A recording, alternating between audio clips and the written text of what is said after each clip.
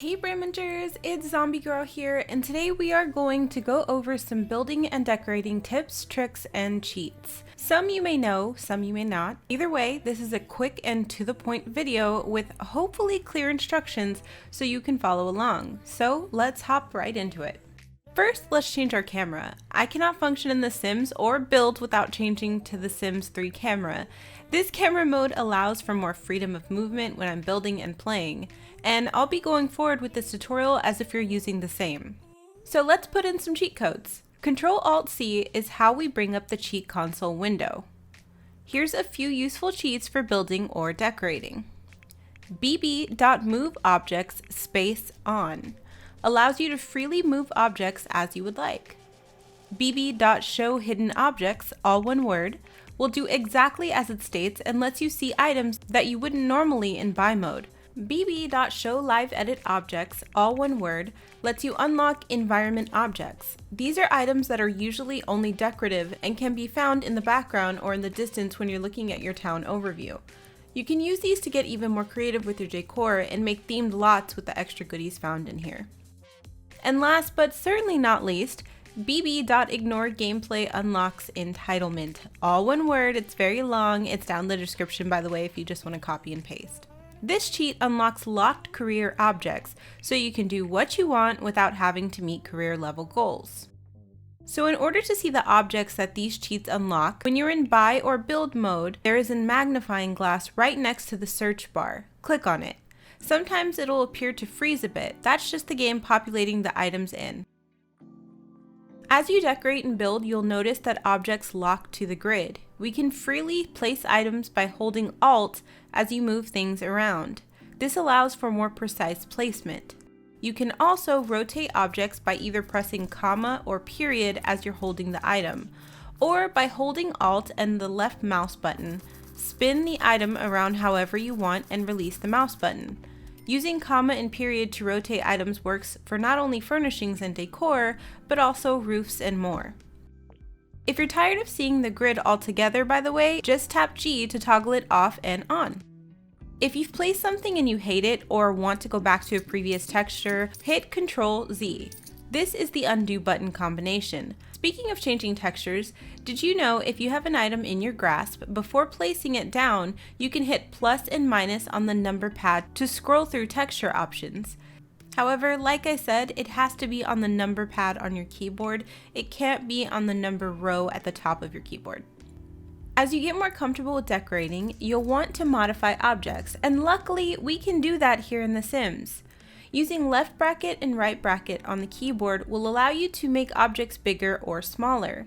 This can lead to some really creative decorating or out-of-the-box uses for certain objects. Things don't have to go where the game natively places them. However, this goes for the height of objects as well. Using the keys for 9 and 0 let you raise and lower objects. This is ultra helpful for lots and lots of decorating styles and ideas.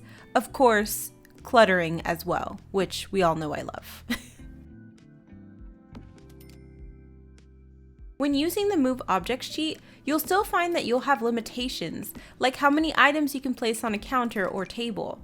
Sometimes you want to decorate the counter with clutter, but you want your sim to have space to cook, so here's how we can get around that. Placing items on top of the counter or a surface takes up a slot, so what we can do is place an item on top of the counter, then click on the item again and pull it away. That object is now at the height of the counter or surface. We then move the surface out of the way and place the item as we'd like to see, then return the table or counter in place. This doesn't take up any surface slots, plus we can place some really cute countertop clutter.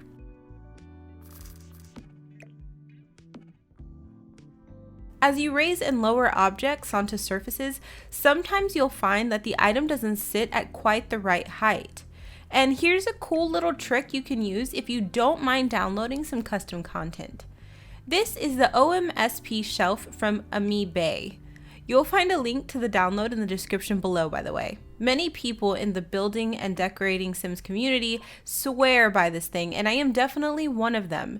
I should state that this only works if you're wanting to place items along a wall. This is a shelf, therefore works best that way. You place your shelf, clutter items as you like, then you'll change the texture of the shelf to the other texture option, which is actually an alpha texture. It has, I believe, 100 or more slots, I'm not sure, but it has a ton of slots, so you can literally clutter the shelf up to your heart's content.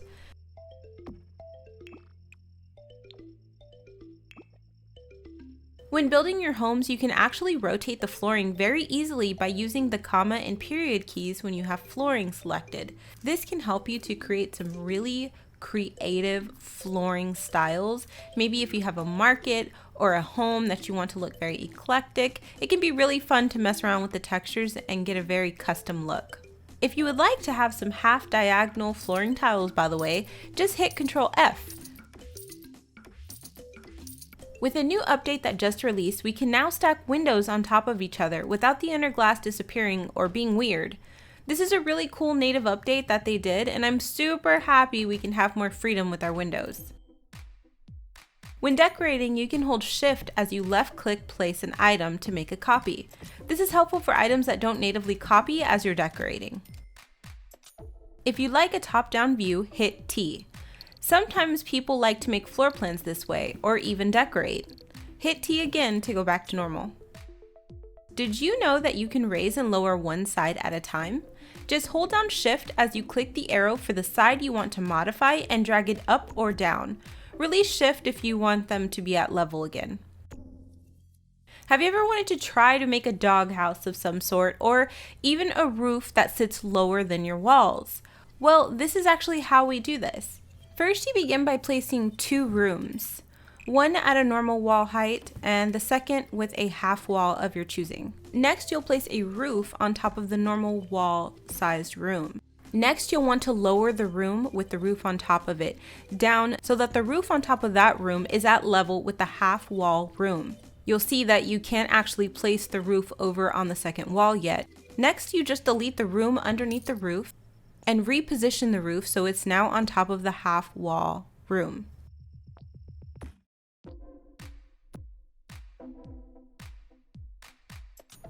This is a really fun thing you can do to try to make a doghouse or maybe a playhouse for kids, something like that. It's a really fun little trick. I actually didn't come up with this, and I saw it in a TikTok video forever ago, and I can't seem to find that video again, so I apologize. I have no idea who made it, but I'm really glad they did. Thank you so much.